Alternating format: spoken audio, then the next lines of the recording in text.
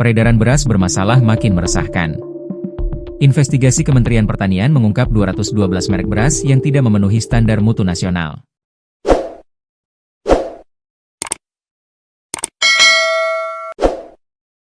Di sisi lain, sejumlah pedagang di Pasar Induk Cipinang secara terbuka mengaku mengoplos beras bahkan mencampur menir dan beras rusak demi memenuhi permintaan konsumen dan pesanan politisi. Dari investigasi yang dilakukan Tribun News ke jantung distribusi beras Indonesia, yakni Pasar Induk Cipinang, dan 2 titik lainnya di Jakarta, beberapa waktu lalu, terungkap bahwa sejumlah pedagang mengakui praktik oplosan secara terbuka. Mereka mencampur beras premium dengan menir, beras rusak, bahkan raskin demi menyesuaikan harga pesanan, termasuk dari kalangan politisi. Pada Rabu, 25 Juni 2025, siang, Tribun News memantau langsung aktivitas mencurigakan di depan toko beras MB, Blok L, Pasar Induk Beras Cipinang.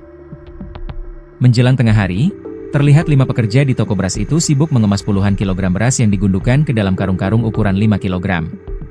Satu dari beberapa pekerja bertugas menjahit karung beras ukuran 5 kg yang sudah diisi beras. Sementara pekerja lain mengangkut karung-karung yang sudah selesai diisi dan dijahit ke dalam toko untuk disimpan sebelum dikirim ke lokasi yang telah dipesan konsumen. Pemilik toko beras MB, Jeffrey nama samaran, mengungkapkan beras-beras yang sedang dikemas ke dalam karung ukuran 5 kg itu adalah pesanan dari seorang anggota DPRD DKI Jakarta, dari salah satu partai politik terbesar. Total, ia menerima pesanan 10 ton beras dari anggota DPRD tersebut. Beras tersebut, kata Jeffrey, dikemas dalam 2.000 karung berukuran 5 kg dan rencananya akan dibagikan sebagai paket sembako di kawasan Pluit, Jakarta Utara.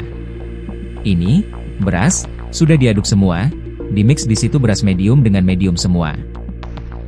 Kan yang medium juga jenisnya bervariasi, ujarnya sembari menunjukkan jenis-jenis beras yang ia miliki, mulai dari premium, medium, patahan, sipping, hingga menir. Jeffrey mengaku praktik mixing ini dilakukan sesuai pesanan, termasuk untuk permintaan dari pihak-pihak tertentu, seperti salah satu anggota DPRD DKI Jakarta yang memesan 10 ton beras untuk paket sembako. Beras itu kemudian dikemas dalam karung 5 kg berlabel Sakura, merek generik yang tidak dipatenkan perusahaan. Saat ditanya lebih rinci soal komposisi, Jeffrey menolak menjelaskan. Ia menyebutnya sebagai rahasia dagang.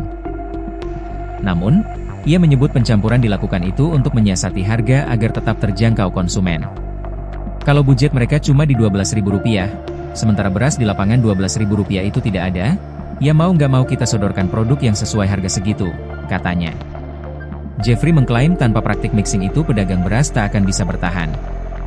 Investigasi Tribun News menemukan bahwa praktik mixing itu dilakukan secara terbuka di sejumlah toko di Pasar Induk Beras Cipinang, Jakarta Timur, pusat distribusi beras terbesar di Indonesia.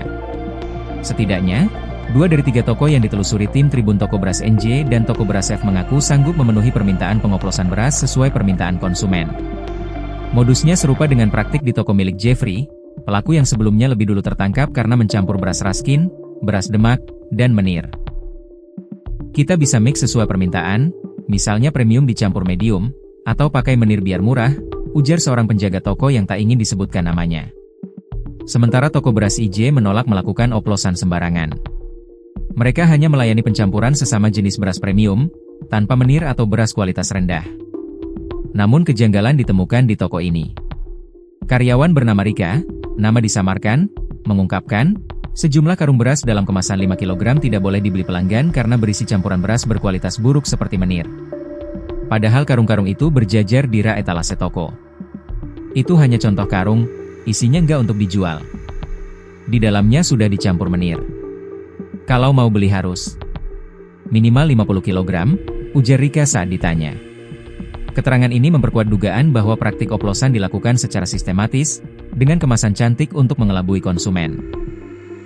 Pengoplosan dilakukan bukan hanya untuk menekan harga, tapi juga mengejar untung besar dari pembeli yang tak menyadari isi sebenarnya. Temuan ini menunjukkan bahwa pengawasan kualitas beras di tingkat distribusi masih sangat lemah, dan konsumen menjadi pihak paling dirugikan tanpa sadar.